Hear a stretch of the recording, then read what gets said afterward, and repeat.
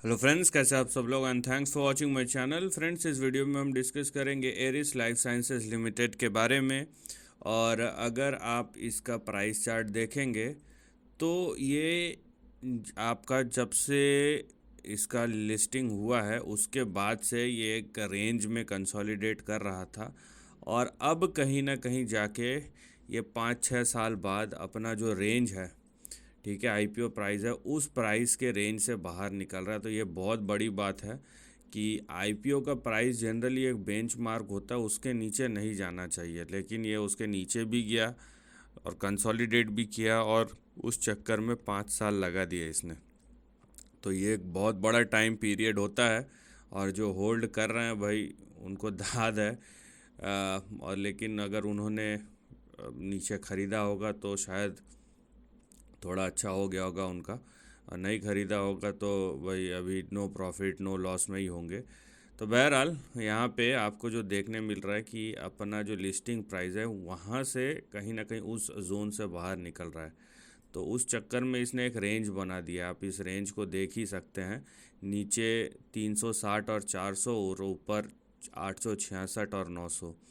तो अब क्योंकि ये 866 और 900 दोनों लेवल के ऊपर खड़ा हुआ है, तो 900 जो होगा अब आपका सपोर्ट हो जाएगा, और 866 जो है ये आपका स्टॉप लॉस हो जाएगा। अब इन दोनों लेवल्स के नीचे नहीं जाना है, क्योंकि इस रेंज से जब बाहर निकल गया है तो अब ये जो अपर एंड ऑफ द रेंज जो रेजिस्टेंस जैसा काम कर रहा था, अब सपोर्ट जैसा काम करेगा।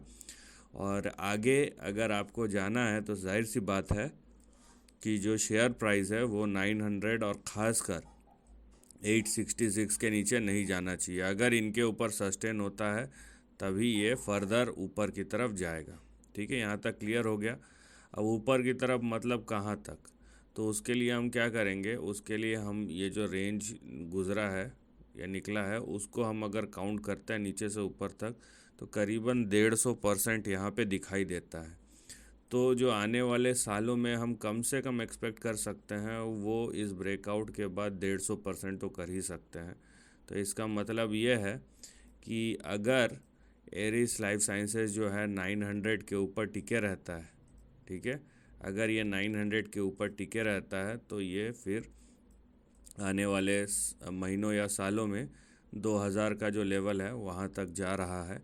क्योंकि ये एक तरीके से एक रेंज ब्रेकआउट ही है कि 5 साल में इसने एक रेंज क्रिएट किया और अब इस रेंज से बाहर निकल रहा है। मैं फिर से बोलूँगा कि ये रेंज से बाहर निकल रहा है, ये तभी कथन सत्य होगा जब ये 900 के नीचे ना गिरे। तो यहाँ पे जो दो लेवल है, इन दोनों लेवल्स के नीचे नहीं जाना चाहिए। और अगर आप देखेंगे तो एक तरीके से ये रेंज ब्रेकआउट ही कहलाएगा। So this is the end of the video. Thanks for watching.